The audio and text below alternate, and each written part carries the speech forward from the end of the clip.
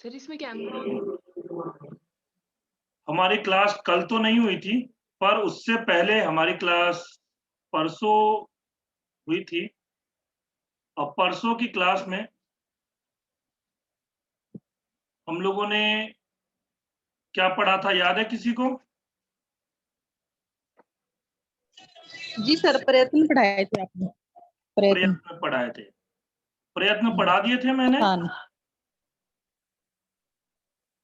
हाँ जी सर, पूरे हो गए थे। सर स्थान पढ़ाए थे, स्थान वाले, अभी अभ्यंतर और वो भार्य वाले नहीं पढ़ाए थे।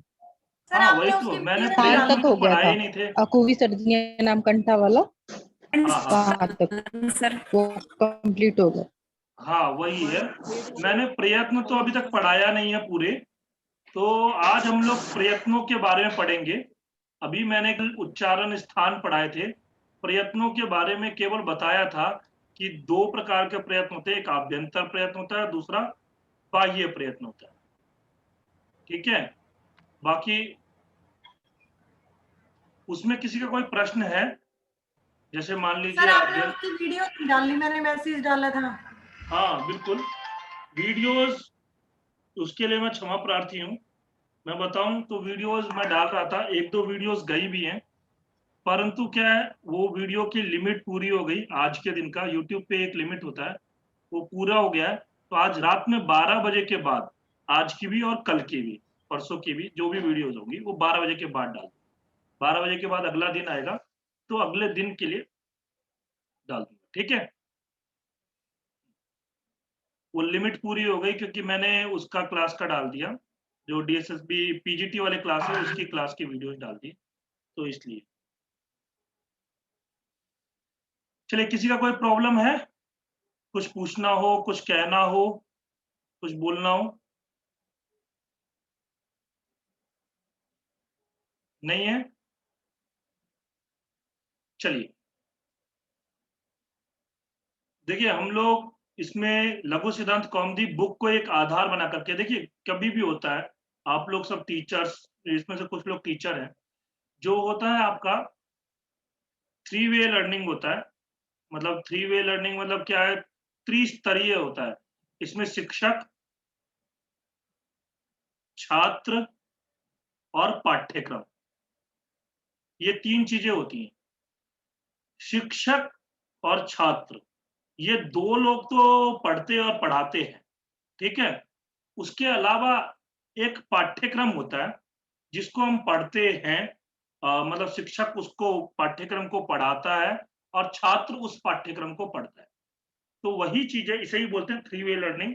तो इसमें क्या है आपका, ये जो लघु सिद्धांत कौमुदी है, इस बुक को हम एक पाठ्यक्रम मान करके चल रहे हैं, क्योंकि कहीं पे भी व्याकरण का जो बुक लगता है, व्याकरण के अंदर में आपका, जो आप देखिएगा इसका, अभी यूपी के अंदर में बाबूराम सक्सेना की संस्कृत व्याकरण प्रवेशिका है, संस्कृत व्याकरण प्रवेशिका, ये आपके बाबूराम की सक्सेना की बुक है, ठीक है। और आपका अनुवाद चंद्रिका, ये बहुत बहुत, मतलब आपका चक्रधर नौटियाल और भी बहुत सारे राइटर हैं, इन सब के बुक्स मिलते हैं, अनुवाद चंद्रिका। उसके बाद में आता है रचनानुवाद कौमुदी।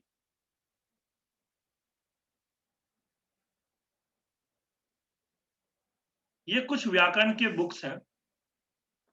ज्यादातर, या कहें तो सभी जगहों पर, व्याकरण के लिए प्रारंभिक पुस्तक के रूप में इन्हीं पुस्तकों का सहारा लिया जाता है।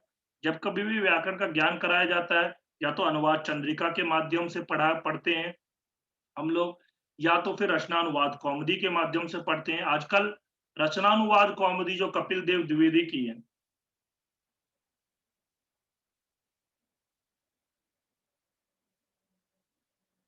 ये भी बहुत चल रही है। आजकल रचनानुवाद कौमुदी बहुत चल रही है, और हम लोग रचनानुवाद कौमुदी से पढ़ते भी हैं, पढ़ाते भी हैं। तो ये 3-4 पुस्तक हैं।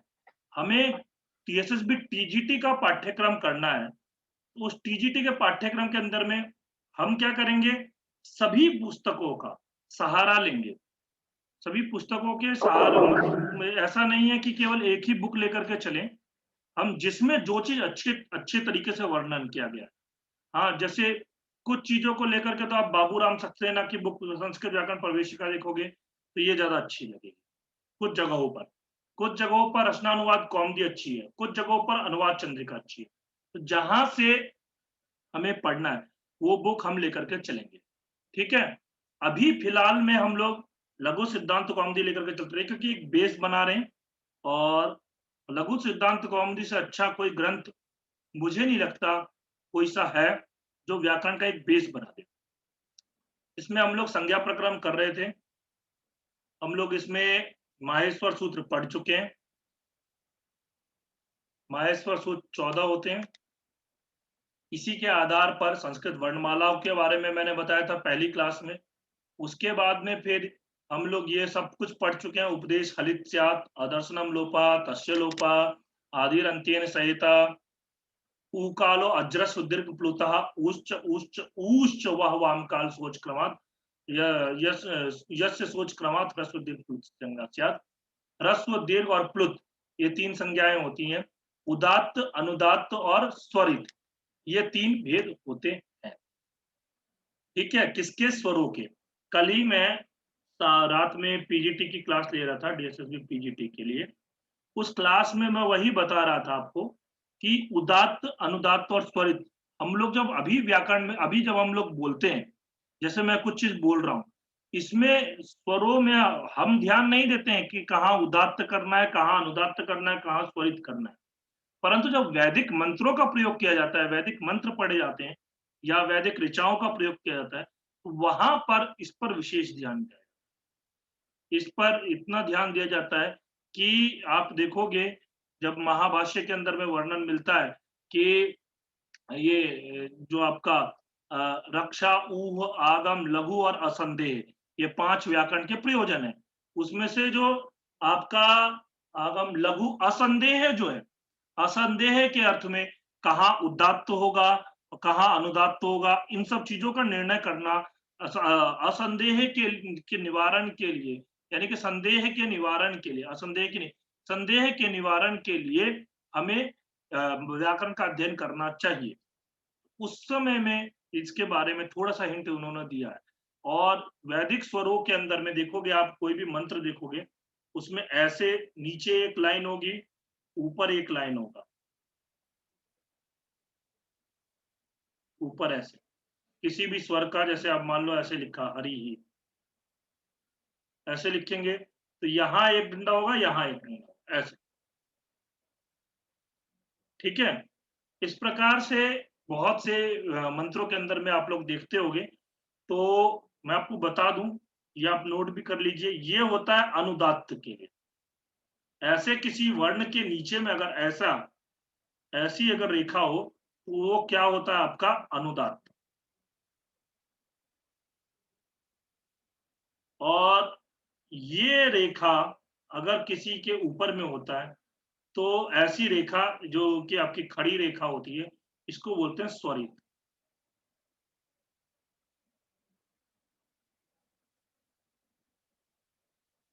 ठीक है, ये अनुदात्त और ये स्वरित। और बाकी उदात्त के लिए कोई चिन्ह नहीं होता, ठीक है। उदात्त में कोई भी चिन्ह नहीं होता है। कोई भी चिन्ह का मतलब क्या है? जिस वर्ण के नीचे में मान लो यहाँ पर कोई चिन्ह नहीं दिख रहा है तो ये क्या हो गया? आपका उदात्त स्वर, ठीक है।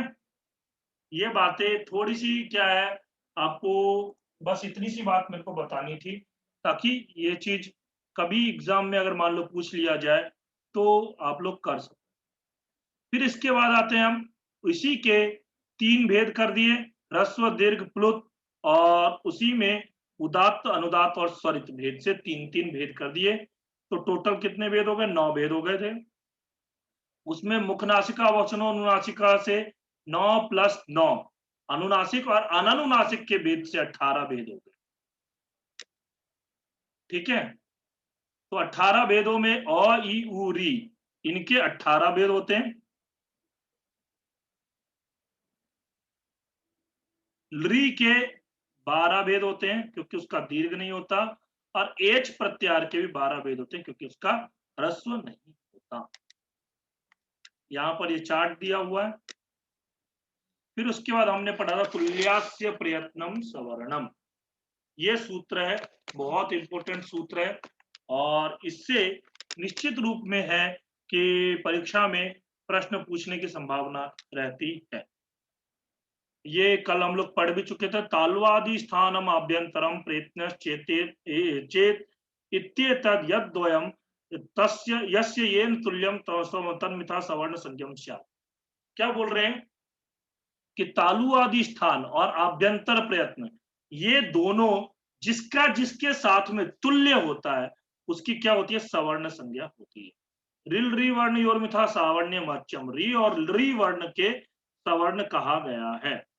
और कल मैंने उच्चारण स्थान, कल नहीं परसों के दिन उच्चारण स्थान मैंने अच्छे से स्पष्ट किया था।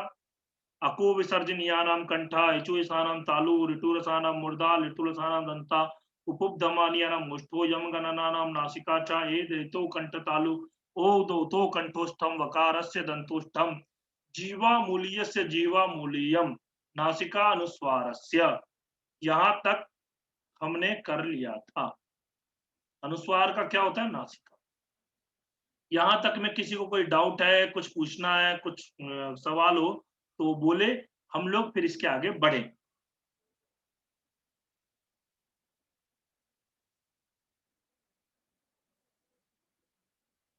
मीनाक्षी जी, सुमन जी, आप लोग अपना अपना ऑडियो वीडियो ऑन कर लीजिए।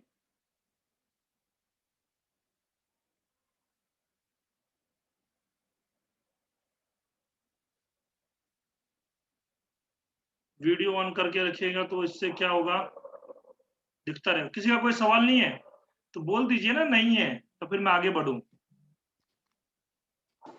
नहीं है सर। नहीं, चलिए अब देखिए, यत्नो द्विधा। यत्न जो होता है दो प्रकार का होता है, आभ्यंतरो बाह्यश्च। आभ्यंतर और बाह्य। आभ्यंतर मतलब अंदर से, और बाह्य मतलब बाहर। देखिए, आभ्यंतर मतलब भीतर का यत्न, और बाह्य मतलब बाहर का यत्न। वर्णों के उच्चारण में कुछ चेष्टा करनी पड़ती है, हमें कुछ प्रयत्न करना पड़ता है। हाँ, हमें कुछ मतलब हमारी जो बोलते हैं ना चेष्टा, मतलब क्रिया इत्यादि जो होती है उसे करना पड़ता है। तो यह दो प्रकार का होता है। एक तो वह है जो वर्ण के मुख से बाहर आने से पहले मुख के भीतर होता है, उसको हम कहते हैं आभ्यंतर प्रयत्न।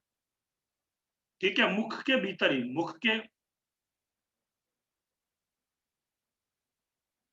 नहीं हो रही है। अच्छा, वीडियो वाले बटन पे क्लिक करेंगे, हो जाएगा।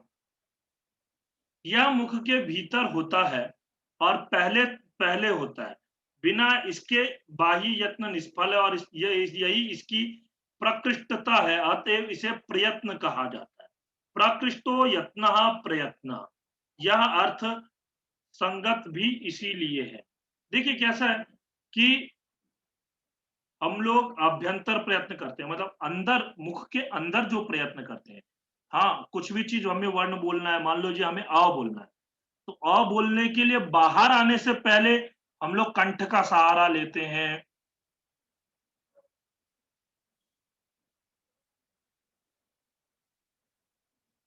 ठीक है, कोई बात नहीं, कोई बात नहीं। ठीक, तो ये सब जो हम सहारा लेते हैं, तो ये क्या कहलाता है, हमारा आभ्यंतर प्रयत्न। और इसमें हमें बहुत ज्यादा मेहनत करनी पड़ती है, तो इसे बोलते हैं प्रकृष्टो यत्न। प्रकृष्टता से हम प्रयत्न करते हैं, तो इसीलिए इसको प्रयत्न भी कहते हैं। इसका अनुभव उच्चारण करने वाला ही कर सकता है।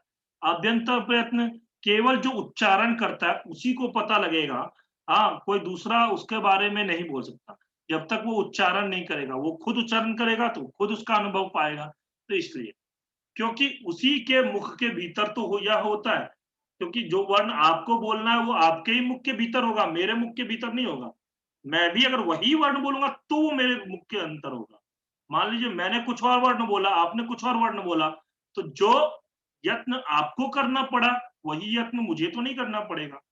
हाँ, लेकिन अगर सेम बोलते हैं तो यत्न वही करना पड़ता है। दूसरा मुख यत्न मुख के वर्ग से निकलते समय होता है, अतएव यह बाह्य अर्थात बाहर का कहा जाता है। इसका अनुभव सुनने वाला भी कर सकता है। बाह्य प्रयत्न का अनुभव जो है सुनने वाले भी कर सकते हैं। ठीक है, यह विषय ध्वनि शास्त्र का है। यहाँ तो सवर्ण संज्ञा में आवश्यकता आ पड़ी, इसीलिए चर्चा करनी पड़ी है। बाह्य यत्न का सवर्ण संज्ञा में उपयोग नहीं है। आभ्यंतर आंतरतम्य परीक्षा में अर्थात कई सवर्णों में अत्यंत समान की खोज के समय इसकी आवश्यकता होती है। मतलब जब बहुत ज्यादा समानता हो जाती है तब जो है हम बाह्य प्रयत्नों को देखते हैं। अब आते हैं हम लोग ऊपर चलते हैं, संस्कृत की पंक्ति देखते हैं।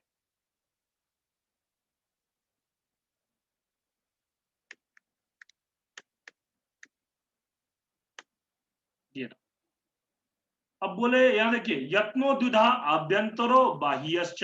यत्न जो होती है वो दो प्रकार की होती हैं, आभ्यंतर और बाह्य। आद्य पंचधा, आद्य पंचधा। आद्य का मतलब क्या बोला, आदि वाला जो सबसे पहला वाला, वो कितने प्रकार का है, 5 प्रकार का है। तो आद्य का मतलब कौन सा, आदि मतलब आदि वाला कौन है इसमें, आभ्यंतर या बाह्य, कौन सा होगा, बोलिए कौन सा होगा, आभ्यंतर। अभ्यंतर। हाँ, तो आदि वाला जो आभ्यंतर है वो 5 प्रकार का है। धा लगा देने से किसी भी संख्या के आगे धा लगा देने का मतलब क्या होता है, प्रकार। ठीक है, तो ये थोड़ी छोटी छोटी बातें, जैसे द्विधा, त्रिधा, पंचधा, सप्तधा, ऐसा प्रयोग हम लोग बहुत बार देखते हैं।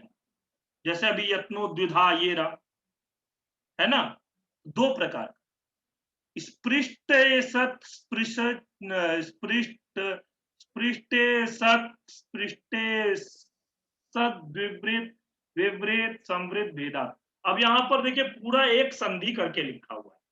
इसी को हम अगर अलग करेंगे तो कैसे अलग करेंगे, देखिए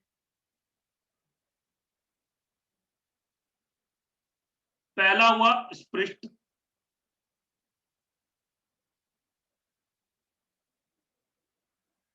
दूसरा हुआ इसी में यहां पर ई जुड़ गया तो क्या बन गया, ईसत स्पृष्ट। तीसरा इसमें ई जुड़ गया तो क्या बन गया, ईसत विपरीत।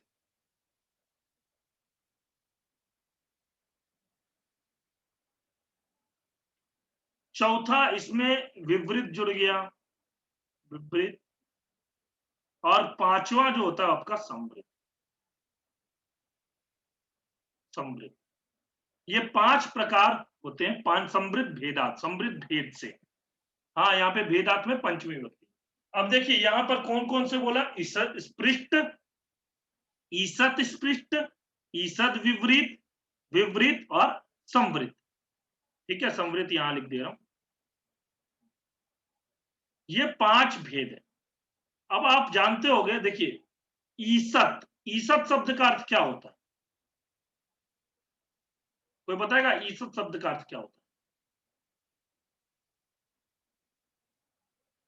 ईसत शब्द का अर्थ क्या होता है, बोलिए। सर नहीं पता। नहीं पता। ईसत का मतलब होता है कुछ,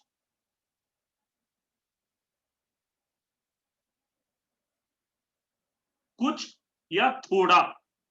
जब हम बोलते हैं ना आप लोग कभी भोजन करो तो उस समय में क्या होता है, जैसे कोई मान लो मैं जब वो करता हूँ संस्कृत भारती के शिविर वगैरह में जाया करता था, हाँ पहले, अभी तो खैर कोरोना के बाद से कोई शिविर वगैरह लगा नहीं है, परंतु जब पहले जाया करता था तो उसमें क्या होता था, भोजन का डिपार्टमेंट मेरा रहता है। हर साल का ये है, भोजन का डिपार्टमेंट मेरे पास में रहता है, क्योंकि मैं खाना बहुत अच्छे से खिलाता हूँ। ठीक है, खाने का भी है, खाने का भी शौकीन हूँ, खिलाता भी बहुत अच्छे से।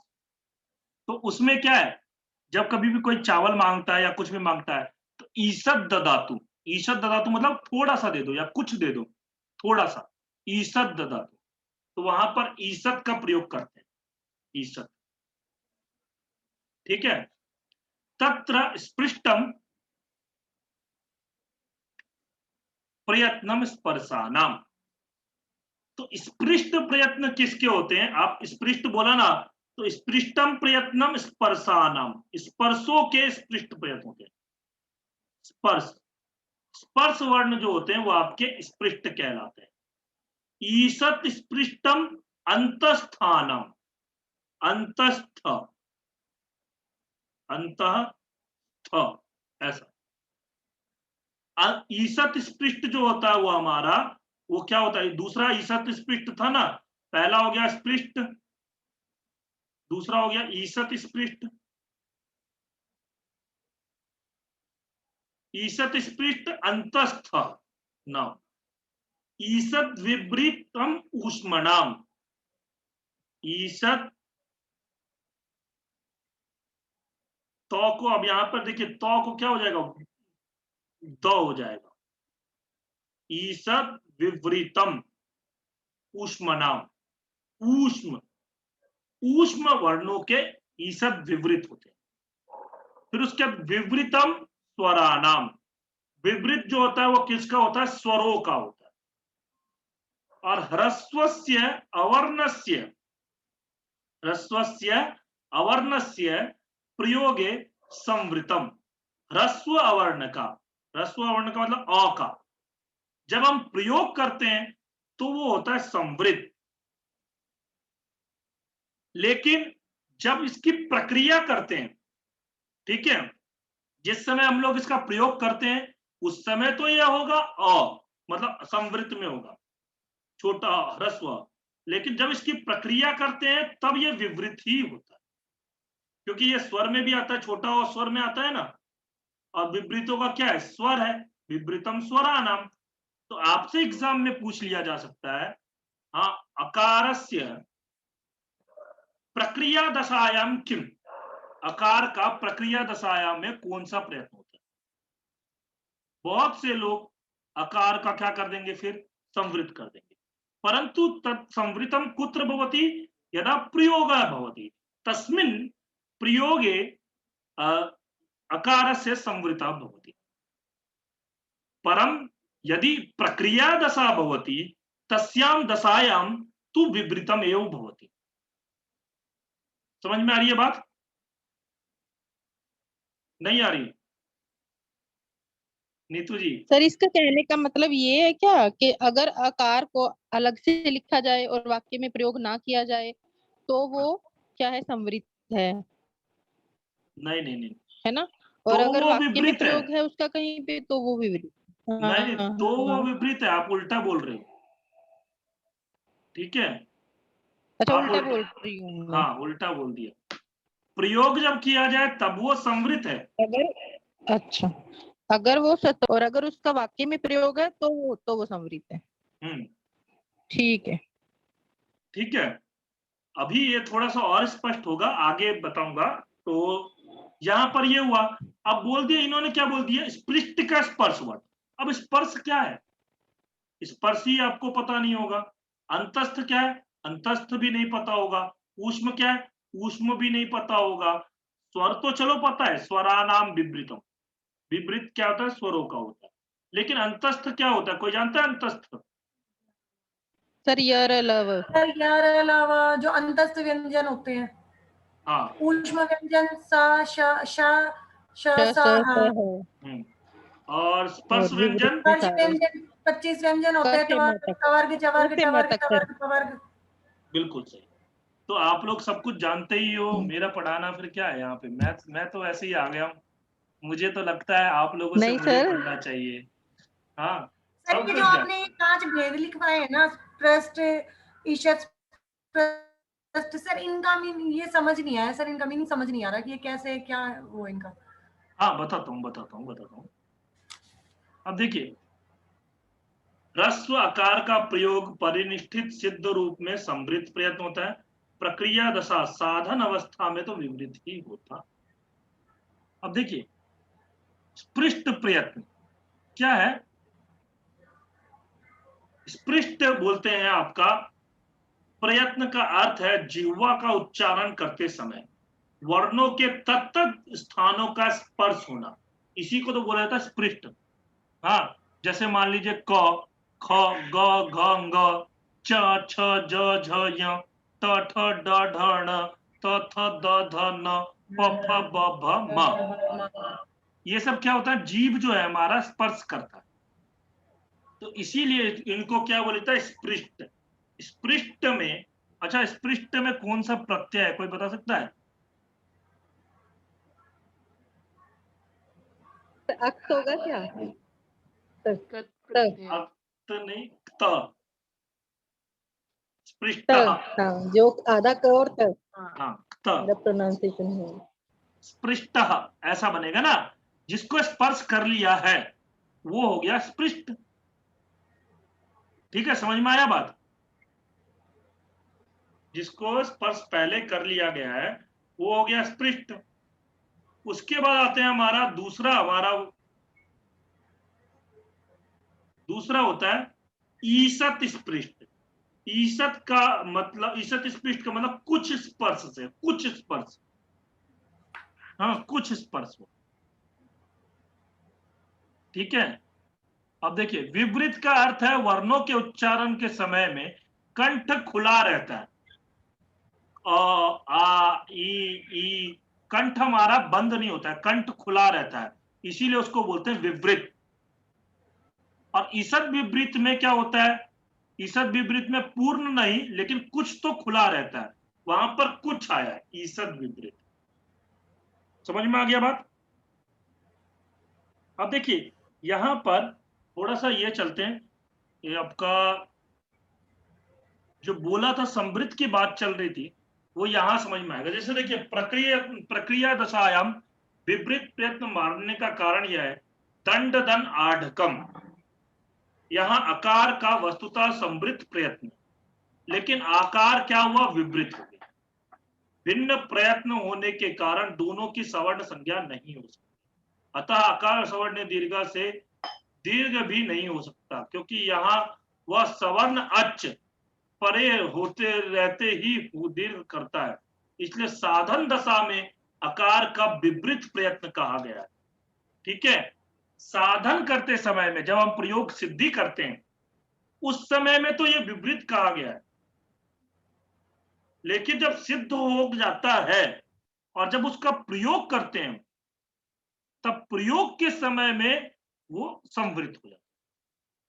और संवृत जब होता है तब उसका हम क्या प्रयोग करते हैं, ऐसे एस बनाते हैं ना, जैसे हरे हरेव, एस रखते हैं ना, एस मतलब छोटा। समझ में आ रहा है बात? वो इसीलिए रखते हैं। ठीक है, ऐसा मानने मतलब ऐसा है, ऐसा मानने से दो समान प्रयत्न होने से सवर्ण संज्ञक हो जाते हैं। ऐसा मानने का प्रमाण यह है कि समृद्ध विधायक सूत्र है अ सूत्र जो है ये आपका पाणिनि अष्टाध्यायी जो है ग्रंथ है उसका सबसे अंतिम सूत्र है। एग्जाम में पूछ लिया जाता है सबसे अंतिम सूत्र, और सबसे पहला सूत्र कौन सा है? वृद्धिरादेश। हाँ बिल्कुल सही, वृद्धिरादेश।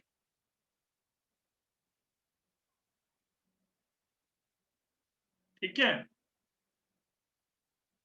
वृद्धिरादेश। हाँ यहाँ पे डबल चौ हो जाएगा, रादेश डबल चौ, आत चौ।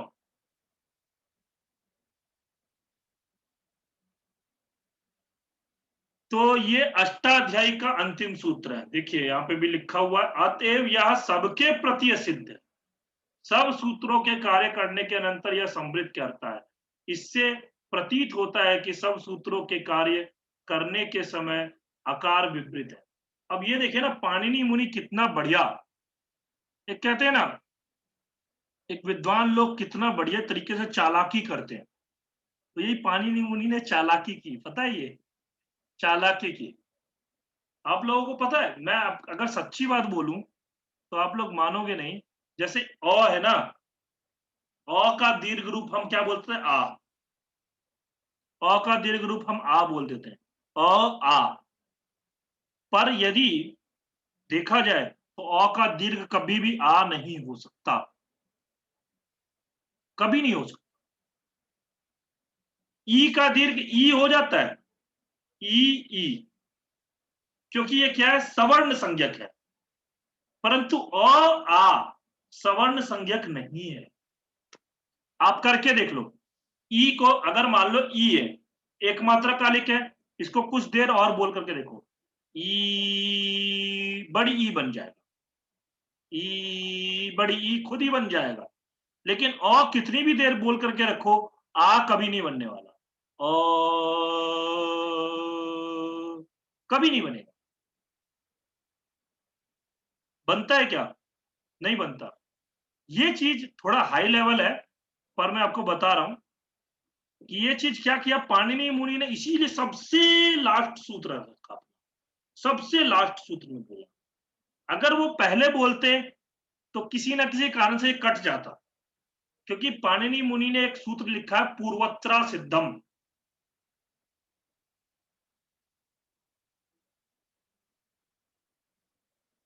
पूर्वत्रा सिद्धम, पूर्वत्रा सिद्धम क्या बोलता है? सपाद सप्ताध्यायी प्रति त्रिपादीय सिद्धा और त्रिपाद्यामपि सपाद सप्ताध्यायी पर बोलते हैं।